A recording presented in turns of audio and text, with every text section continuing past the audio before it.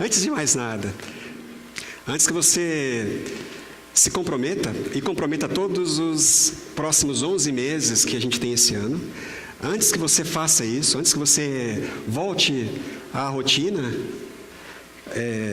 essa rotina corrida que nós temos vivido e você tem vivido, antes que você volte para a sua vida, nós aproveitamos esse começo do ano para refletirmos, para parar um pouco, para avaliarmos algumas coisas e para organizarmos a nossa vida. Então, antes que você siga em frente nesse ano, antes que as pessoas cheguem para você dizendo que elas precisam de você, antes que você complete toda a sua agenda para esses próximos meses, antes que você fique já ocupadíssimo ao longo desse ano, antes de tudo isso, antes dessas coisas, nós temos feito aqui um exercício. Michele, tem a menininha inteira aqui? Uma imagem dela inteira? Nós estamos aqui fazendo, irmãos, aproveitando esse período do ano que é tão importante para nós, e o que nós estamos fazendo é dar uma nova dimensão para a nossa agenda. Essa é a ideia. Não sei se você já entendeu isso.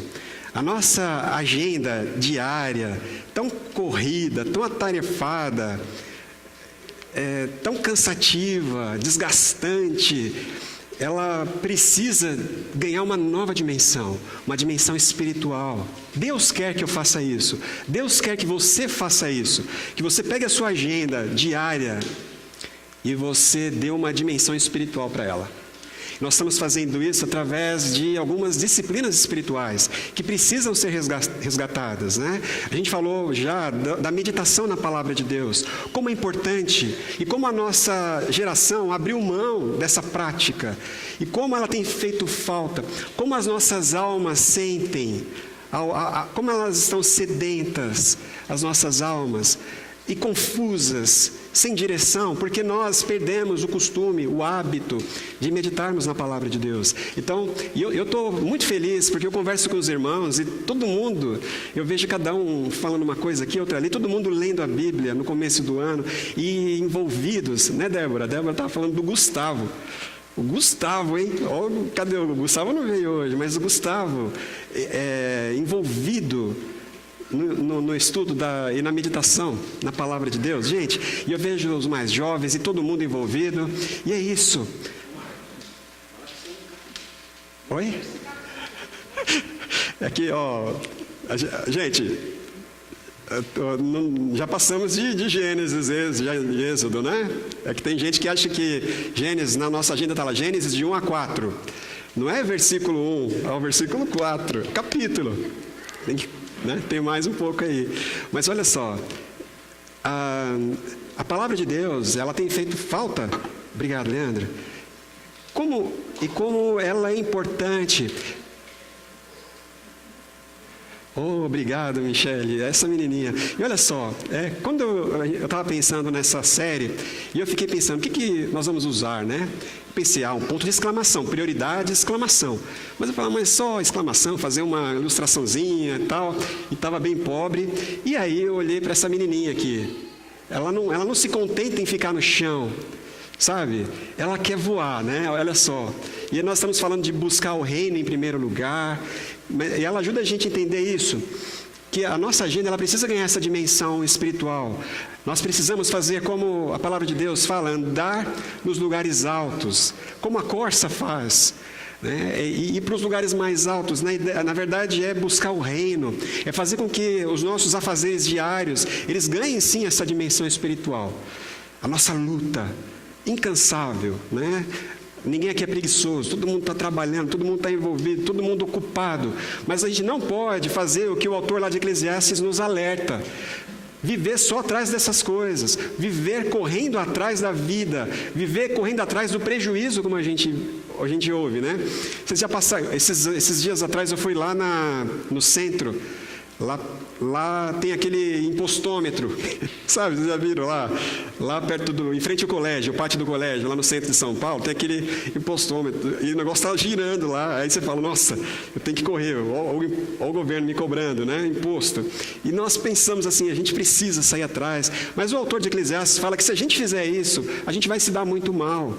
Porque tudo, ele diz vaidade, uma palavra hebraica, rebel, que na verdade quer dizer, porque vaidade a gente não entende muito bem, mas é a ideia de você correr atrás do vento, correr, e depois morrer na praia, é essa sensação. É você se esforçar tanto para depois não valer nada o seu esforço. E é por isso que nós estamos nos esforçando, a partir da leitura da palavra de Deus, meditação primeiro. É simples, tudo bem, não tem novidade nisso, mas a gente não está fazendo simples, a gente perdeu o hábito do básico. Então voltar todos os dias, meditar na palavra de Deus. Depois a gente falou da oração. Como a oração, não é essa oração que a gente faz, não é essa que você está acostumado a fazer, não é essa oração. Essa oração é com pressa. Irmãos, ninguém ora com pressa. Você já falou com alguém que está com pressa? Não? Pois não? Tchau? Não. Sabe como é que é? Não existe isso. Quando nós conversamos com alguém e nós precisamos dar atenção a essa pessoa vai dar atenção para nós, a gente precisa ir mais fundo. A oração não é essa que nós estamos acostumados, não. Senhor, me abençoa, Senhor, enquanto isso, não, nós falamos, vamos marcar horário, e eu estou feliz em ver os irmãos fazendo isso. Até eu, estou resgatando essa prática, esse hábito. Depois nós conversamos também sobre a prática da adoração. Todo mundo adora, mas espera aí, parece que a gente não faz isso direito. Nós fazemos isso aqui, mas nós não fazemos em casa. Então, colocar na nossa agenda o hábito de adorar. Agora é o horário de eu adorar, meu Deus. Agora é a hora de eu me curvar diante dele. Nós temos fazendo isso. Na medida em que a gente coloca essas disciplinas espirituais, existem muitas outras, né? Tem um livro que eu e o Leandro, quando a gente entrou no seminário, primeira matéria que a gente teve, o primeiro pastor que deu aula para a gente falou, vocês precisam comprar esse livro, chama Celebração da Disciplina, Richard Foster, um autor que ele fala de 12 disciplinas espirituais. Então, se você quer se aprofundar nisso, existem mais tantas outras que a gente não vai falar aqui. Mas é importante, nós precisamos ganhar essa dimensão espiritual na nossa vida. Oração, meditação na palavra de Deus e adoração, pelo menos, para começarmos. E eu queria que a gente entendesse, tudo bem, você está orando em casa, você está lendo a Bíblia em casa, você está até adorando em casa. Mas no cristianismo não faz sentido a gente fazer isso sozinhos apenas. A gente precisa, como Jesus fazia, fazer essas coisas só a gente e Deus. A nossa vida precisa ganhar essa dimensão. No entanto, não é só isso. Como eu falei na adoração, é muito bom nós adorarmos, mas quando a gente adora junto com algum irmão aqui de fé, como isso é importante e como isso tem me marcado ao longo da minha vida, Eu falei para vocês, contei a história do Thomas e eu adorava ali com ele, o meu irmão ali de caminhada, e ele já foi promovido lá para o andar de cima. Mas eu não me esqueço daqueles momentos em que ele não conseguia nem respirar, porque ele estava com câncer terminal no pulmão, e ele estava sem condições de respirar, e ele pensava assim, Marcos, pega o violão, vamos adorar. E eu falei para vocês, ali quando a gente adorava, não é que nem tem gente que fala que quando adora, os milagres acontecem. Não é isso. Quando a gente começava a adorar ali, os olhos dele se abriam. O pulmão não, o pulmão continuava fechado, mas os olhos se abriam para a grandeza de Deus e para o amor de Deus para conosco. E aquilo acalmava o coração dele. Todas as disciplinas espirituais, a gente ora em casa, mas nós também, a palavra de Deus nos orienta a orarmos juntos, a concordarmos. É muito importante a gente orar em comunhão, em comunidade. É muito importante nós estudarmos a Bíblia juntos. É o que nós estamos fazendo aqui. Nós lemos em casa, a gente medita em casa, mas quando nós nos reunimos para estudar, nós nos reunimos em torno da palavra de Deus. Para nós isso é muito importante também. E é por isso que hoje eu queria fechar esse ciclo das disciplinas espirituais com vocês, tratando de uma outra disciplina, se a gente pode chamar de disciplina, que é a disciplina da comunhão. né? Que tem tudo a ver, né? Não dá para fazer sozinho, não dá para ser cristão sozinho. Nós somos cristãos com os irmãos, em igreja, em corpo, não é verdade? Nós somos cristãos como membros, né? O apóstolo Paulo fala que nós somos membros do corpo de Cristo, em primeiro lugar. Tem essa dimensão vertical. E nós somos membros uns dos outros. Olha que bonito. A igreja nós somos membros uns dos outros. Ele faz toda aquela conversa lá em Coríntios capítulo 12 sobre a importância de cada um dos membros. Ele fala da orelha. Orelha, não fica triste porque você não é olho. Ele fala, né? Fica triste não. Você queria ser olho, mas para ser corpo, um tem que ser orelha e o outro olho. Imagina um corpo só de olhos. Não é corpo, ele fala. Somos diferentes, cada um é importante para o corpo. Cada um tem o seu valor na reunião e na comunhão do corpo. É isso. A igreja é corpo de Jesus. Até hoje as pessoas falam muito, né? E isso começou dentro da igreja. É um princípio, é uma palavra que começou a ser usada dentro da igreja, a partir da Bíblia. Essa ideia de membresia, sabe? Você ser membro. Ninguém usava esse termo para falar que você é membro de uma sociedade, membro de uma classe social, membro de uma coletividade. Ninguém usava esse termo. Esse termo quem começou a usar foi o apóstolo Paulo, foi a Bíblia que começou a usar, porque membro é coisa de corpo. Não é mais um, não é aquele monte de gente juntos, né? Não é aquela coisa coletiva de várias pessoas iguais, enfileiradas, todo mundo falando a mesma coisa, fazendo, não. Corpo é cada um com a sua particularidade, individualidade, cada um importante, mas todos juntos, todos trabalhando juntos. E por isso nós falamos hoje que nós somos membros do corpo. Ser igreja é ser membro do corpo. E a comunhão, irmãos, ela é algo vital também para a nossa saúde espiritual. A comunhão, ela é algo que a gente precisa colocar na agenda como de grande prioridade para a nossa vida ao longo desse ano. Eu queria chamar a atenção de vocês para essa realidade. Vou convidar vocês a abrirem suas Bíblias. Hoje eu não trouxe slides, né? A Michelle está me ajudando ali, colocou aqui. Semana passada eu trouxe um PowerPoint, tinha 22 slides. Aí eu cheguei no quarto e eu tive que acabar a mensagem, né? Eu falei, eu preciso mudar isso.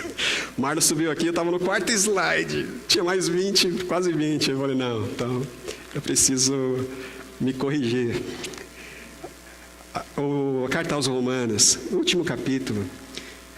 Nós podíamos ficar em Romanos 12, falar sobre a igreja, né? A partir de Romanos 12, a própria carta aos Efésios, toda ela fala sobre a igreja e a comunhão da igreja, a importância e o valor, o mistério, igreja, ele diz, né? A igreja é um mistério, diz o apóstolo Paulo. Mistério muito grande, começa em Jesus e é transmitido para a igreja, enfim. A gente podia falar de 1 Coríntios também, no capítulo 12, mas eu achei melhor a gente conversar aqui sobre essas últimas palavras que Paulo escreve para a igreja em Roma.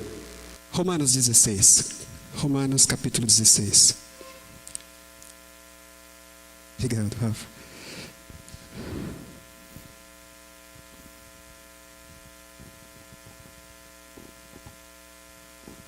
Essas palavras do apóstolo.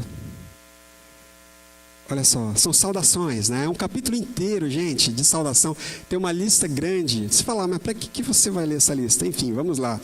Eu recomendo-lhes nossa irmã Febe, serva da igreja em Cencreia. Eu peço que a recebam no Senhor, de maneira digna dos santos, e lhe prestem a ajuda de que venha a necessitar. Pois tem sido de grande auxílio para muita gente, inclusive para mim. Então, olha só, Febe, eu recomendo, ela está indo para aí, provavelmente ela levou a carta.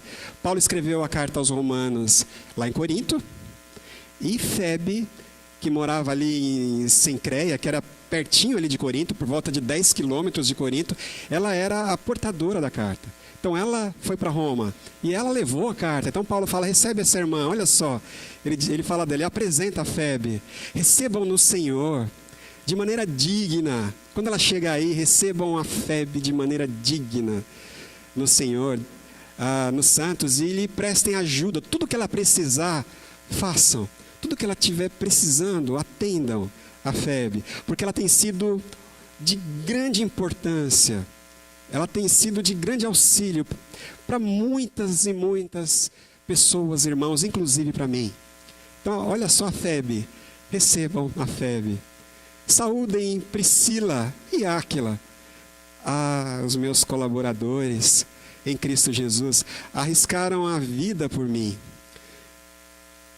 No original, ele fala que eles colocaram os seus pescoços, as suas cabeças, à mostra por Paulo. Esse casal, que ele fala sobre eles em outros momentos também, né? Ele os conheceu lá em Corinto também. Saúdem também a igreja. Não, eu sou grato a eles, não apenas eu, mas todas as igrejas dos gentios. Saúdem também a igreja que se reúne na casa deles. Saúdem o meu amado irmão Epêneto. Epêneto. Eu estava pensando, uma vez eu ouvi uma irmã falando, né, que o Paulo escreveu o objetivo desse capítulo aqui foi ajudar os pais. Isso, dá nome.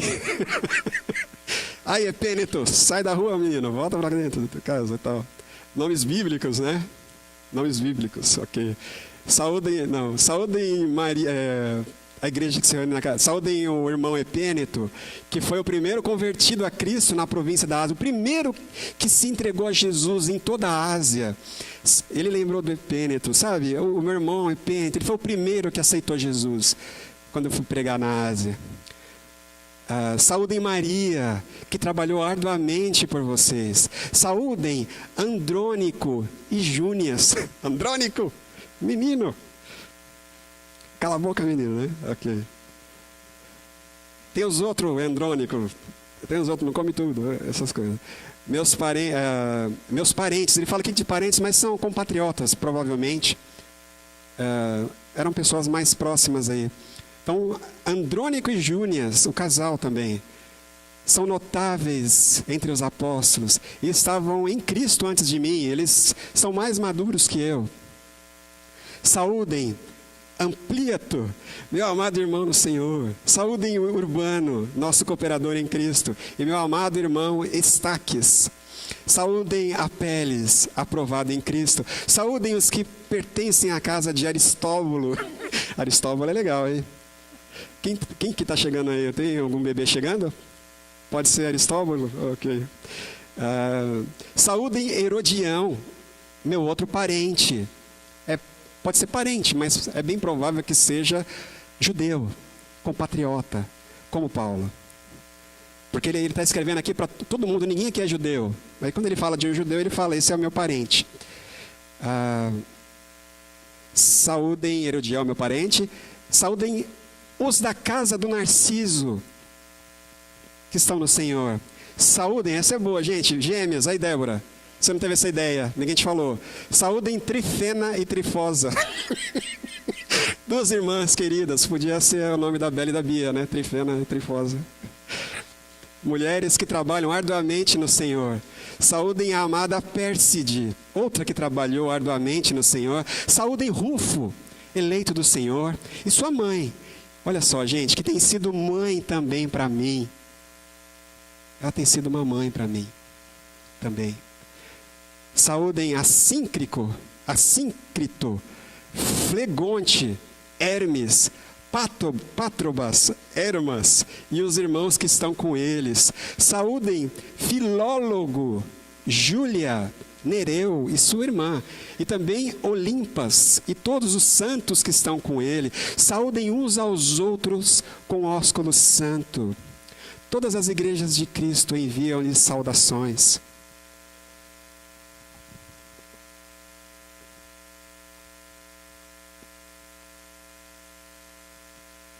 Você pode pular um pouquinho?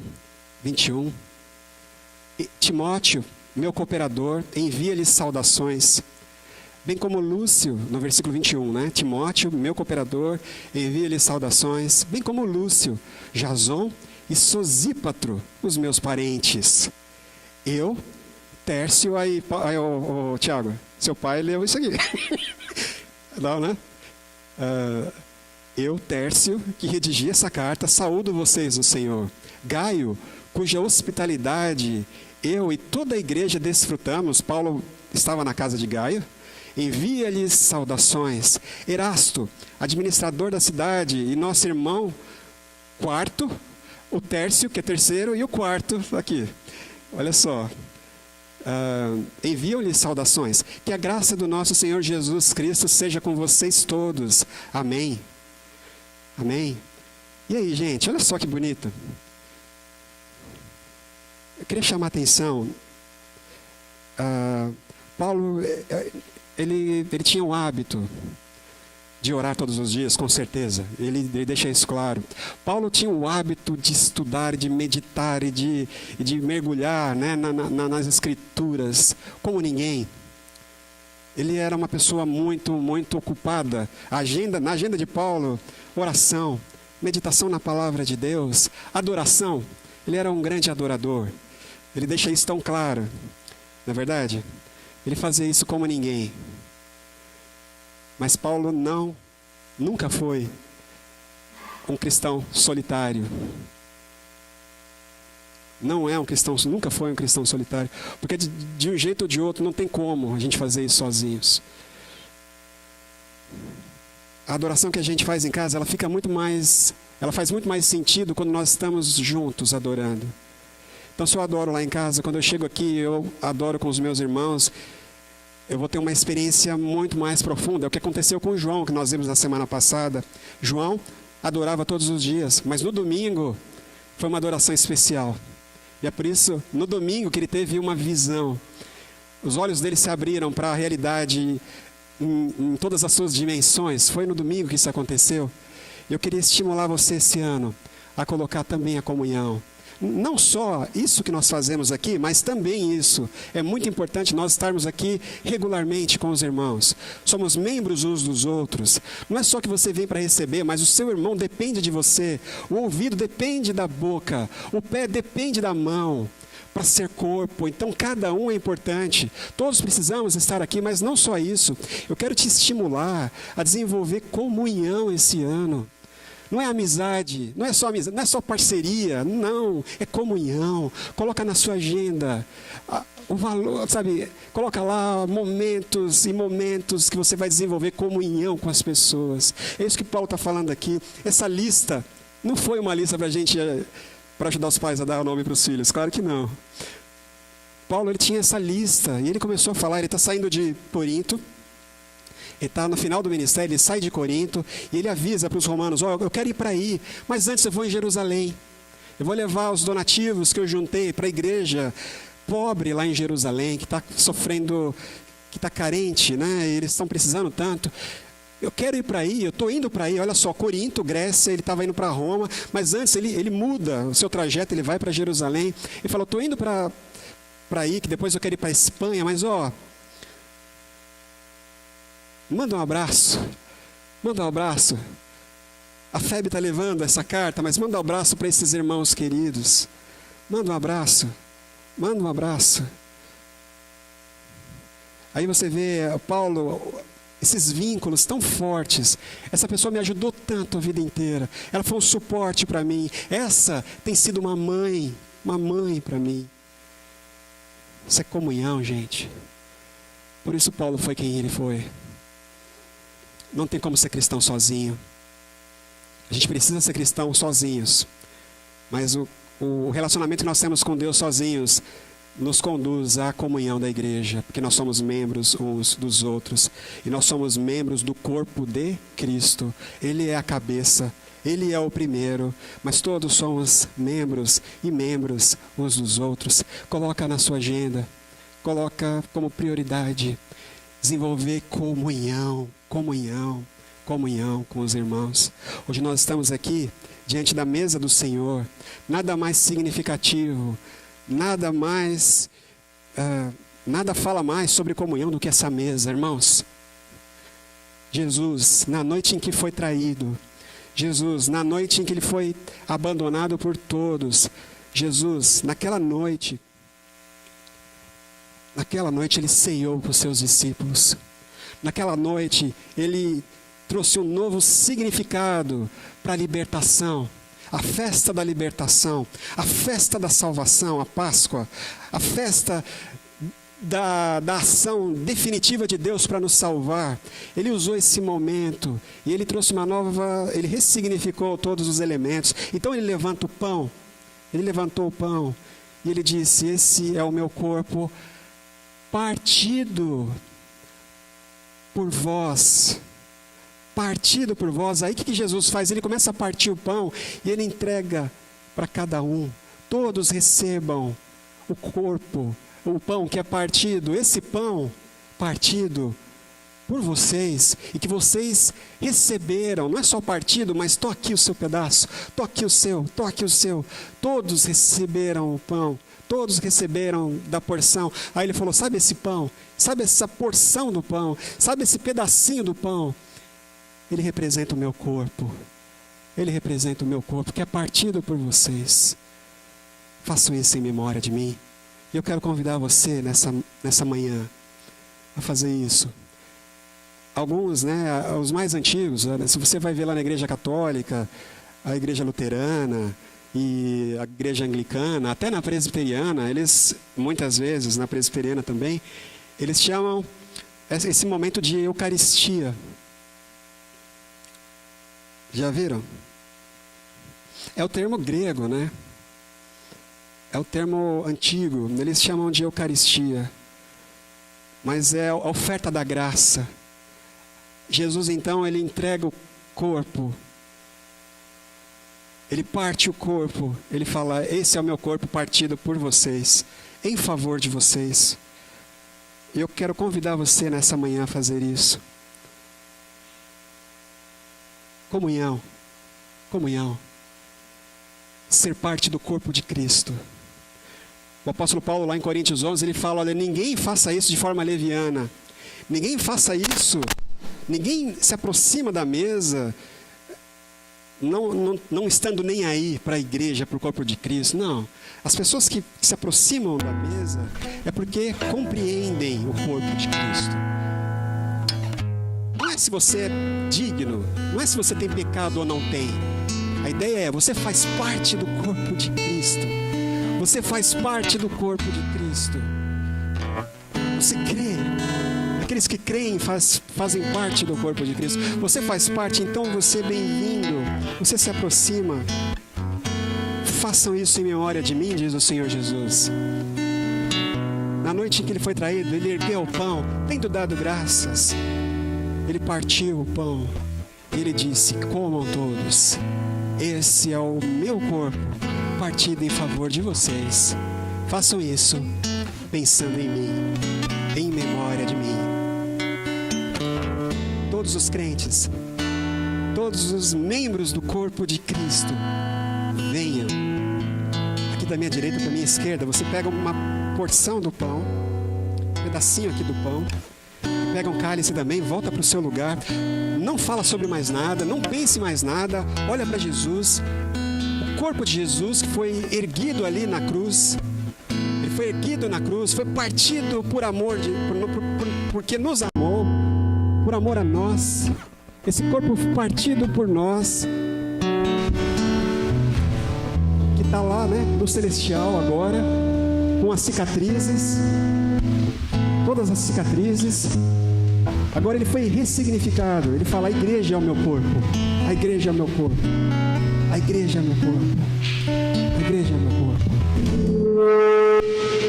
Os membros do corpo de Cristo, venham, venham, venham todos os que creem, todos os crentes em Jesus.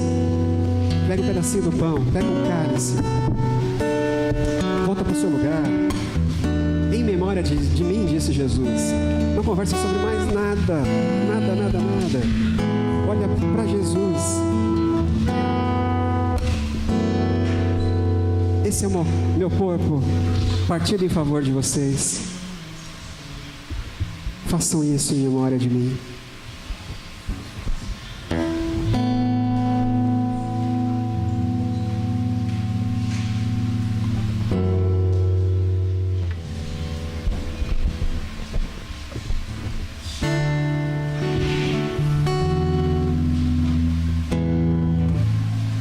Eu gosto dessa caminhada até a mesa. Eu gosto desse momento de reflexão. É você que se aproxima. É você que se aproxima da mesa. É você que toma, come e bebe. A mesa que Jesus ofereceu.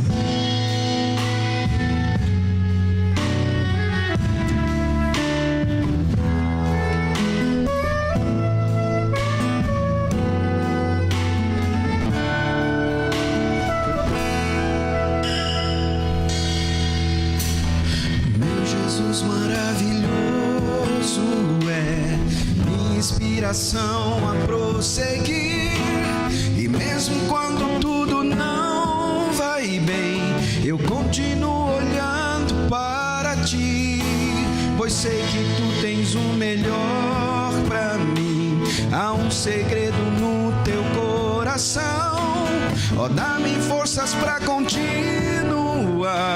guardando a promessa em oração. Firme, ó Deus, está o meu coração, firme nas promessas do Senhor. Eu continuo olhando para ti, e assim eu sei que posso prosseguir. E mesmo quando eu chorar, as minhas lágrimas serão para regar a minha fé e consolar pois o que chora aos pés da cruz, clamando em nome de Jesus, alcançará de ti, Senhor, misericórdia, graça e luz.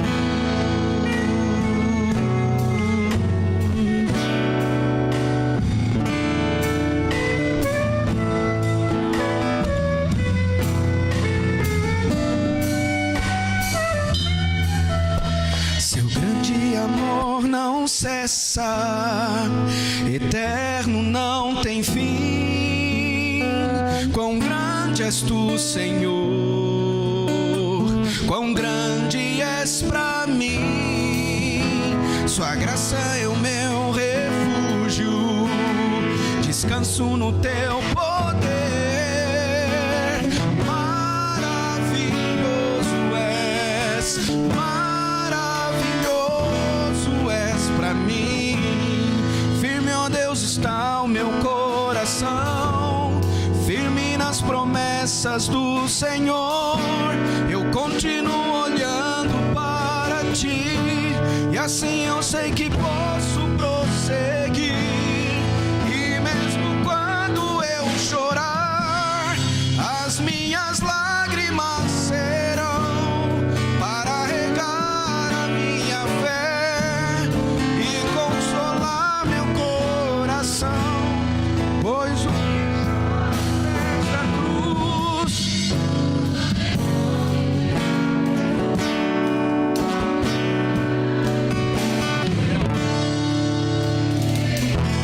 graça e luz.